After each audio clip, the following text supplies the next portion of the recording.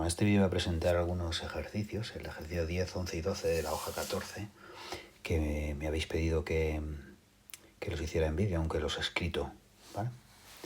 El primero es una reflexión sobre las homotecias. Una homotecia de razón K es simplemente una transformación lineal que coge un vector coge cualquier vector y lo multiplica por K. Vamos a pintar, por ejemplo, si tuviéramos en R2, ¿vale?, una homotecia de razón, por ejemplo, 2, pues coge un vector V, y f de v lo que hace es, pues simplemente lo transforma en 2v. O sea, esto sería f de v.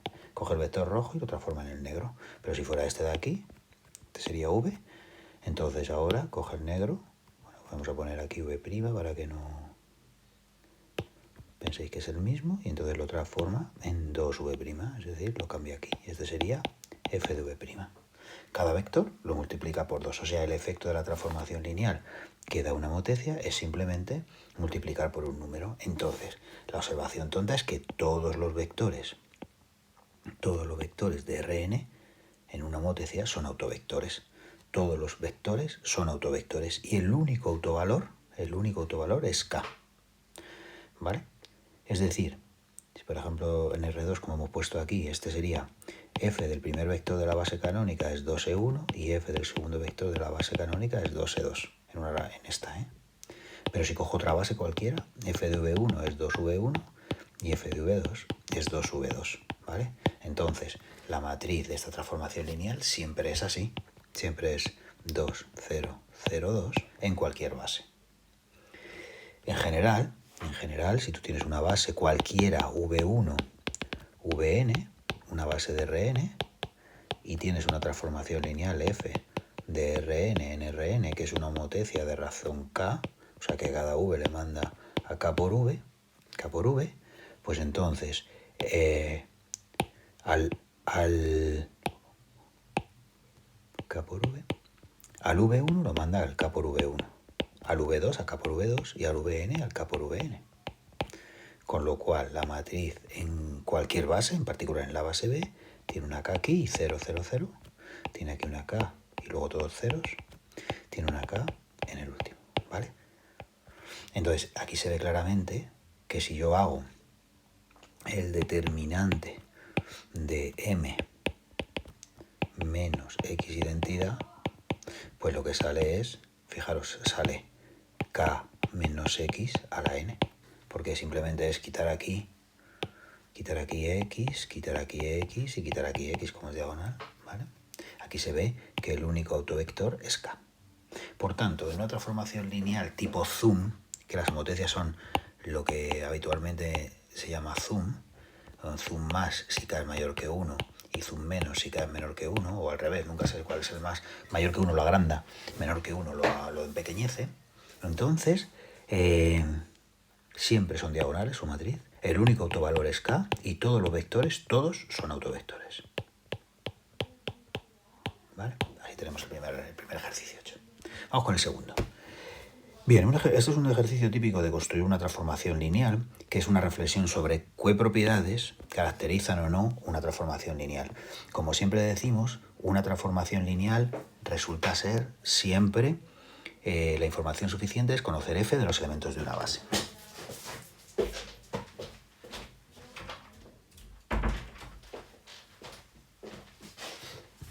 Perdonad por la pausa, que había ruido. Entonces, aquí tenemos tres condiciones. Que la imagen sea el espacio generado por V1, V2, V4, la llamamos A.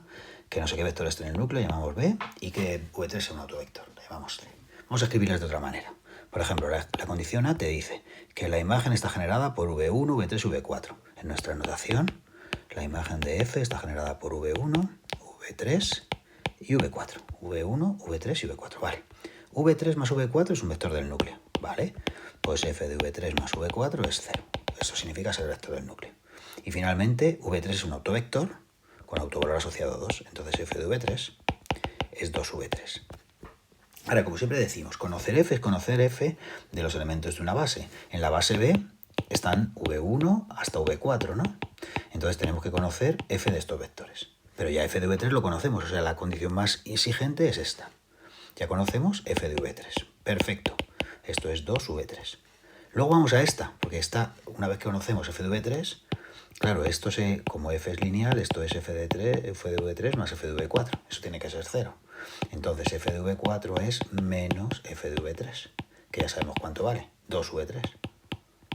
Con lo cual, f de v4 es menos 2v3. Bien, y ya hemos usado la condición B. Y nos falta solo con la condición A. Entonces, la condición A es que la imagen sea V1, V3, V4, pero V3 ya está en la imagen. Ya está garantizado porque f de v3 es 2v3 y f de v4 es menos 2v3. Entonces necesitaríamos que v1 y v4 o cualquier combinación lineal de ellos estuviera en la imagen. Bueno, pues entonces podemos definir f de v1 y f de v... ¿Qué me falta? F de v2. F de v1 podría ser, por ejemplo, v1 y f de v2 podría, por ejemplo, ser v4. Y ya tendríamos que la imagen está generada por v1, v4 y v3, o sea, ok. Y las otras dos condiciones ya las teníamos, ok, también. Esto también te está diciendo que estas elecciones que hacemos aquí no son únicas. Podrías haber elegido, por ejemplo, al revés. F de v1 igual a v4 y f de v2 igual a v1. O haber puesto aquí un 2, o aquí un 3, o aquí v1 más v4. Y todo funcionaría bien, ¿vale?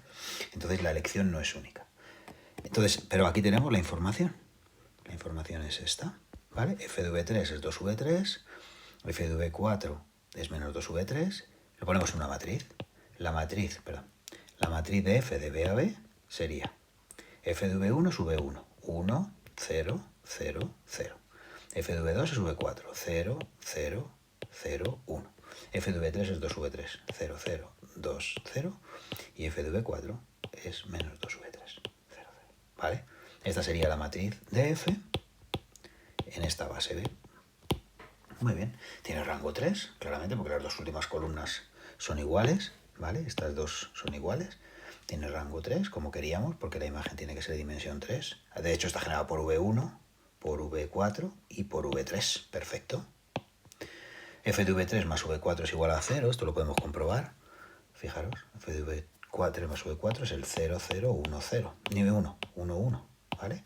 Entonces, si multiplicamos, sale 1 por 0 más 0 por 0 da 0. Esto es 0, pues da 0. Aquí da 2 menos 2. Muy bien, 0. Y aquí también da 0. Luego la condición B también se cumple. Y f de v3 es 2v3, también se cumple. Así que hemos construido una matriz que cumple todas las condiciones. La A, la B y la C. Y es fuertemente no única. Porque aquí las elecciones podían ser muchísimas. Hemos contestado a la pregunta 1. Y hemos contestado también a la pregunta 2. La pregunta 3 es, vale, ¿puede ser v1 más v2 un autovector? Vale, vamos a comprobarlo. ¿Puede ser v1 más v2 un autovector? Entonces, si fuera un autovector, f de v1 más v2 tendría que ser lambda por v1 más v2. ¿Sí? Entonces, v1 más v2 pertenecería a la imagen de f. Bueno, vamos a poner que lambda es distinto de 0. Luego pensamos con lambda igual a 0. Lambda es distinto de 0, entonces aquí será el 3 por v1 más v2. O sea, v1 más v2 está en la imagen. Pero v1 también está en la imagen, ¿no? Porque la imagen, recordad que era v1, v3 y v4. Por tanto, v1 también está en la imagen. Si resto, me sale que v2 pertenece a la imagen. Y eso no puede ser, porque v2 no está en la imagen. ¿Lo veis? v2 no está en la imagen. Si v2 estuviera en la imagen sería todo R4. Así que esto es una contradicción. Vale, pero lambda podría ser 0. Entonces f de v1 más v2, pues daría 0. O sea que v1 más v2 estaría en el núcleo. Pero entonces, fijaros, en el núcleo también están v3 más v4. Entonces ahí este vector está en el núcleo y este también. Entonces la dimensión del núcleo aumentaría, sería 2. Por tanto, esto implicaría que la dimensión de la imagen sería menor o igual que 1. Menor o igual que 2, ¿no? Porque la dimensión del núcleo es mayor o igual que 2. Al menos están este y este. Pues la dimensión de la imagen es menor o igual que 2. Que es una contradicción, porque lo que hemos dicho es que la imagen tiene que ser de dimensión 3. Así que la respuesta a ¿puede ser v1 más v2 autovector? No. v1 más v2 no puede ser autovector. Porque si v1 más v2 fuera autovector, o bien estaría en el núcleo o bien estaría en la imagen. Y no puede estar en uno ni en otro. Vale. ¿Se puede imponer la condición adicional de que V2 pertenezca al núcleo? Pues la respuesta está implícita en lo que acabamos de hacer. Entonces vamos a escribirlo. ¿Puede V2 pertenecer al núcleo de F? Pues hombre, si V2 perteneciera al núcleo de F, como sabemos que V3 más V4 también está en el núcleo, tendríamos que V2 está en el núcleo y que V3 más V4 está en el núcleo, ¿vale? Entonces la dimensión del núcleo es mayor o igual que 2. Pero entonces la dimensión de la imagen es menor o igual que 2. Contradicción, porque la dimensión de la imagen es 3, ¿vale? Entonces, ¿puede estar? No. Bien. Y esto terminaría con el ejercicio 11. Vamos con el 12. Ahora tenemos una matriz 3×3 y tenemos 3 autovalores. Lambda 1 igual a 1, lambda 2 igual a menos 1 medio y lambda 3 igual a 1 medio. Y entonces la pregunta es si unos ciertos vectores pueden ser sus autovectores. Vamos a escribirlo. Vamos a poner V1. V1 es el alfa 1, 0. Alfa 1, 0. Y le correspondería el autovalor lambda 1 igual a 1. V2 es el 1 beta 0. A ver si lo puedo dejar aquí. No. V2 es el 1 beta 0. Y le correspondería el autovalor lambda 2, que es el menos 1 medio. Y V3 es el 0 alfa 1, que le correspondería el autovalor lambda 3 igual a 1 medio. Vale. Entonces, el otro día decíamos que, claro, cuando son autovalores diferentes, los vectores no pueden ser linealmente dependientes. V1 no puede ser proporcional a V2, porque entonces sería un autovector con el mismo autovalor. Como 1 y un menos 1 medio y 1 medio son distintos, V1, V2 y V3 son linealmente independientes.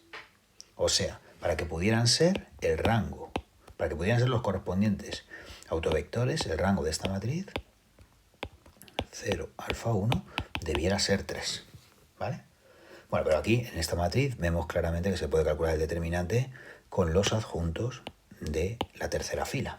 Y es alfa beta menos 1. O sea, si alfa beta menos 1 es distinto de 0, la respuesta es que V1, V2 y V3 son linealmente independientes, podrían ser perfectamente los autovectores asociados a estos autovalores, a este y a este. Si alfa beta es igual a 1, estos tres vectores son linealmente dependientes, por tanto no pueden ser autovectores correspondientes a esto, ¿vale? Entonces, si alfa beta menos 1 es distinto de 0, o sea, si alfa beta es distinto de 1, esto significa que sí, la respuesta es afirmativa a la pregunta. Si no, no, ¿vale? Ahora te dice, determina el rango y el determinante de m. Bueno, el determinante ya está calculado, es alfa beta menos 1, el rango es 3 si alfa beta menos 1 es distinto de 0, y cuando alfa beta es igual a 1, es decir, cuando beta es igual a 1 partido por alfa, pues la matriz es así, alfa 1, 0, 1, 1 partido por alfa, alfa, 0, 0, 1, ¿de acuerdo? El determinante ya es 0, ¿lo veis? Porque sale alfa por 1 menos 1, 0. Pero este menorcito tiene como determinante alfa. Entonces, ese determinante, el de este menorcito, es alfa. Pero alfa es distinto de 0, porque alfa por beta es 1.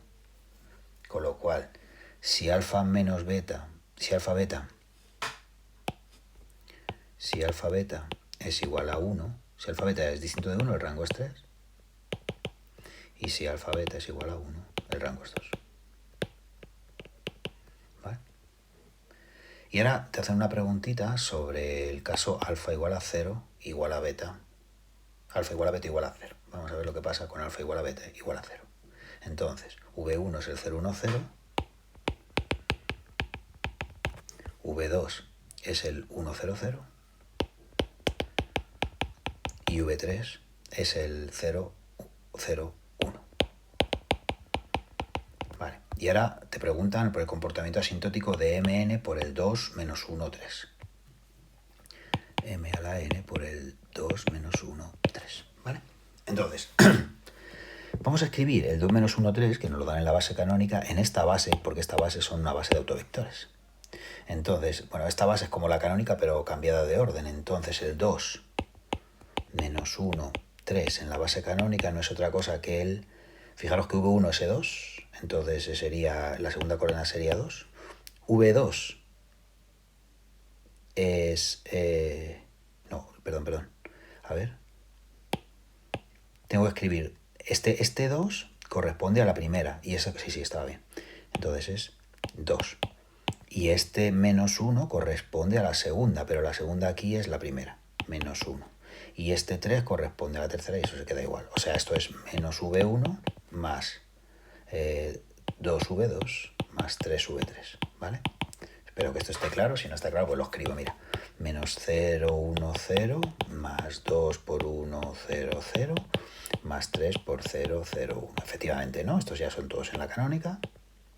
Y tendríamos estos en la base B. La base B es la que forman V1, V2 y V3. Entonces tendríamos 0 más 2 más 0, 2. 1, 1 más nada, 1. Con este menos 1. Y 2, 0, 0 y 3. Perfecto. Vale.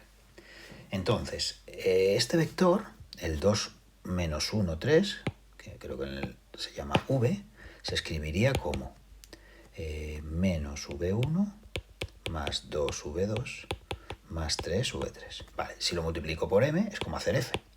F de V es menos F de V1 más 2F de V2 más 3F de V3. ¿De acuerdo? Escribirlo aquí. F de V es igual a menos F de V1 más 2F de V2 más 3F de V3. Bueno, entonces aquí F de V1, como es un autovalor, como V1 es el autovalor 1, el autovector asociado al autovalor 1, F de V1 es V1. Aquí F de V2, como es el autovector asociado al autovalor 1 medio, sería 2 por 1 medio de V2, 2 por 1 medio sería V2. Bueno, creo que era menos 1 medio, entonces es menos V2. Y F de V3 es 1 medio de V3, luego esto sería 3 medios de V3. Si hago otra vez F, pues F de V1 vuelve a salir V1. Ahora F de V2 sale menos 1 medio de V2, o sea, saldría V2 partido por 2. Y aquí saldría F de V3, que es 1 medio de V3, 3 cuartos de V3. Si hago otra vez F, V1 queda igual, V2 queda dividido por 2, y V, este quedaría por 2 a la 3. Entonces, si esto lo hacemos hasta el límite, está claro que estos denominadores hacen que esto desaparezca y al final el límite es V1. Entonces, m a la n por v converge a V1 cuando n tiende